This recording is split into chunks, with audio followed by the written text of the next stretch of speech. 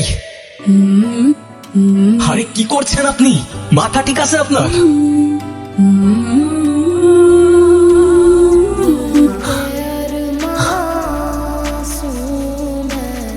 কি সমস্যা কি আপনার? কি করছেন আপনি? আরে প্রবলেমটা কি আপনার? আরে কিছু বলছেন না কেন? মাথা ঠিক আছে আপনার? কি করছেন আপনি?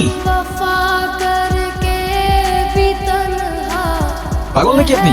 মরতে যাচ্ছিলেন কি জন্য? নাও, একে তো এত বড় একটা বোকামি করতে যাচ্ছিলেন, তার উপরে ড্যাব ড্যাব করে তাকিয়ে আছেন। ভ্যাম্পায়ার নাকি আমি? নো ওয়ারি, রক্ত খাবো না আপনার। এক সেকেন্ড, একটু পানি খেয়ে নি। একে তো সুইসাইড করতে যাচ্ছিল, তার উপরে ড্যাব ড্যাব করে তাকিয়ে আছে। Thank you. দেখেন, আমি জানি না আপনি কে, তবে এতটুকু জ্ঞান তো দিতেই পারি যে আপনার কষ্ট যতদিন আপনার ভেতরে চেপে রাখবেন না, সেটা বিষ হয়ে ভেতর থেকে আপনাকেই খেয়ে ফেলবে। এখন বলুন, এই বোকামিটা কেন করতে যাচ্ছিলেন? ডোন্ট ওয়ারি, আমি কাউকে বলবো না। আর বলার মতো তেমন কেউ নেই আমার, না পরিবার না বন্ধু, শুধু আমি, আমার ক্যামেরা আর আমার ওয়াটার বটল। কি ভাবছেন?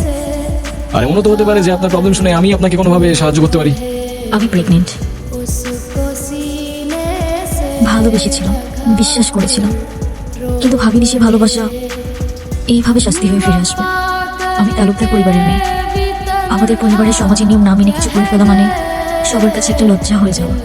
আমার পরিবার যারা বলে মেয়েরা হচ্ছে ঘরের সম্মান, আর তারা যখন জানবে আমি বিয়ের আগেই, কিচ্ছু বলবে না, শুধু চেয়ে থাকবে। আর ওদের ওই দৃষ্টিতে আমার বুকটা চিড়ে যাও। ওরা বলবে না তুই মরে যা, কিন্তু আমি বুঝে যাবো আমার মরে যাওয়াই উচিত। ভেবেছিলাম এখান থেকে ঝাঁপ দিলে হয়তো সব ঝামেলা এখানেই থেমে যাও, না প্রশ্ন, না অপমান, না দোষ, কোনো কিছুরই সম্মুখীন হতে হবে। আপনি কিছু বলতে চাচ্ছিলেন? আর প্রবলেম নাই, বলে ফেলুন না। আপনি আমাকে বিয়ে করতে পারবেন? হোয়াট? সত্যি না, মিথ্যে।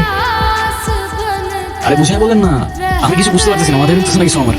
ধরুন আমি আপনাকে স্বামী সাথে আমাদের বাড়িতে নিয়ে গেলাম, কিছুদিন পর আপনি ওখান থেকে চলে যাবেন।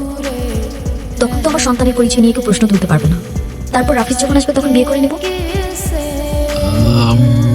সরি, আমি আসলে বুঝতে পারছি না আমি কি বলছি না বলছি। আপনি কেনই বা আমার জন্য এত কিছু করবেন? সরি।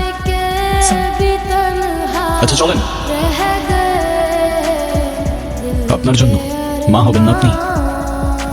একজন মায়ের জন্য এটুকু তো করাই যায়, বলেন? চলেন, আসেন আসেন, আর ভেবে লাভ নাই।